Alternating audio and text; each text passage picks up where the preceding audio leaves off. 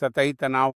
हम इस अध्याय में द्रव की सतह के बारे में अध्ययन करेंगे। एक विशेष गुण जो केवल सतह पर ही देखा जाता है, जो केवल सतहों तक ही सीमित है, उसे सतही तनाव कहा जाता है। देखिए, सतही तनाव केवल अणुओं के बीच की अंतराण्विक बलों का परिणाम है।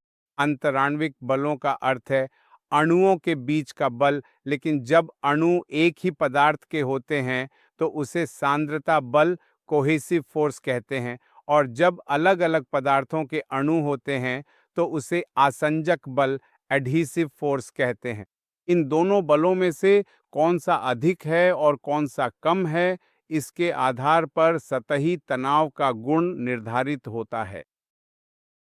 किसी द्रव के लिए जब हम सतही फिल्म को मानते हैं तो देखिए, सतही फिल्म वह जल स्तंभ है जो मुक्त सतह और उस तल के बीच होता है जो हमारी गहराई के नीचे है।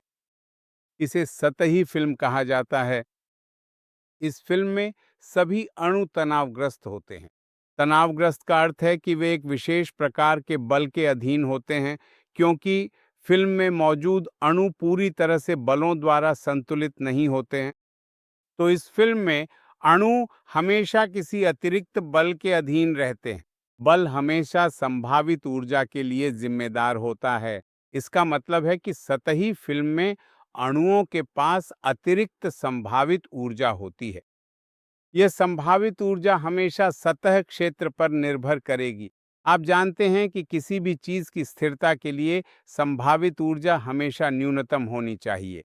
यहाँ भी इस संभावित ऊर्जा में न्यूनतम होने की प्रवृत्ति होती है, और इसी कारण सतह क्षेत्र हमेशा न्यूनतम होने की ओर प्रवृत्त होता है।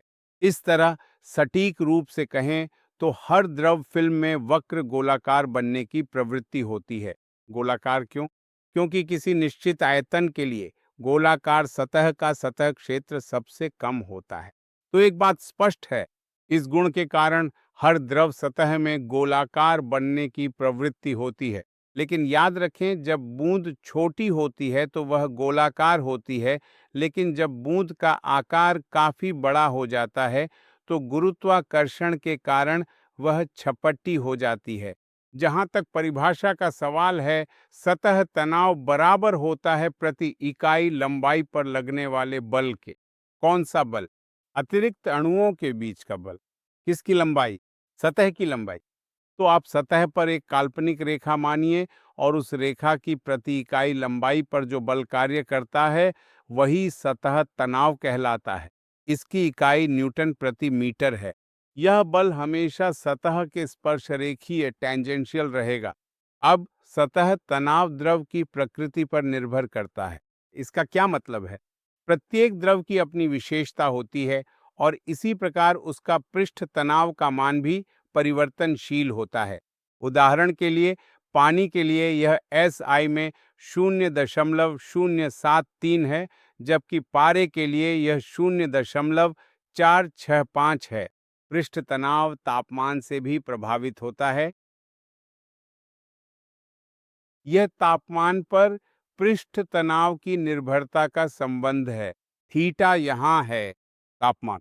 T0 डिग्री पर सतही तनाव को दर्शाता है, तथा T थीटा डिग्री सेल्सियस पर मान पर निर्भर करता है। अल्फा को पृष्ठ तनाव के तापमान गुणांक के रूप में जाना जाएगा।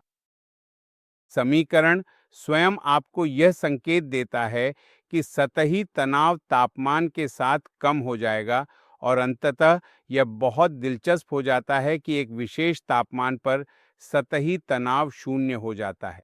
उसी तापमान को क्रांतिक तापमान के नाम से जाना जाता है। आप देख सकते हैं, इसी तापमान पर दोनों अवस्थाएं यानी द्रव और गैस या वाष्प अवस्थाएं आपस में मिश्रित हो जाती है। वे अलग नहीं की जा सकती। इसी कारण वहां सतही तनाव बिल्कुल शून्य हो जाता है। अब सतही तनाव कैपिलरी क्रिया के लिए जिम्मेदार होता है। इसे हम अगले चरणों, अगली पृष्ठों में पढ़ेंगे। सतही तनाव कैपिलरी क्रिया के लिए जिम्मेदार होता है। जब अशुद्धियां होती हैं तो वे भी सतही तनाव को प्रभावित करेंगी।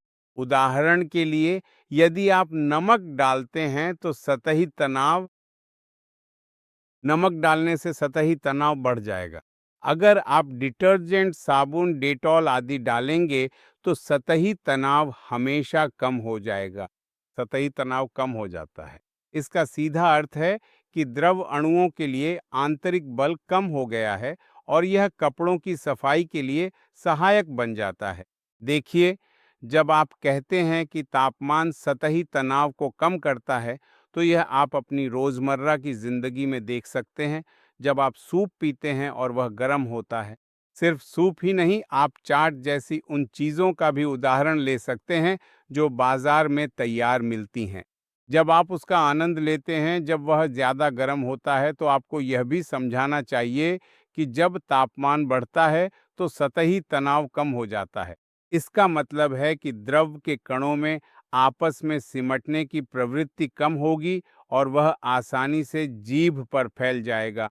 इसी वजह से स्वाद कलिकाएं ज्यादा खुलकर सामने आएंगी और आप स्वाद का अधिक आनंद लेंगे।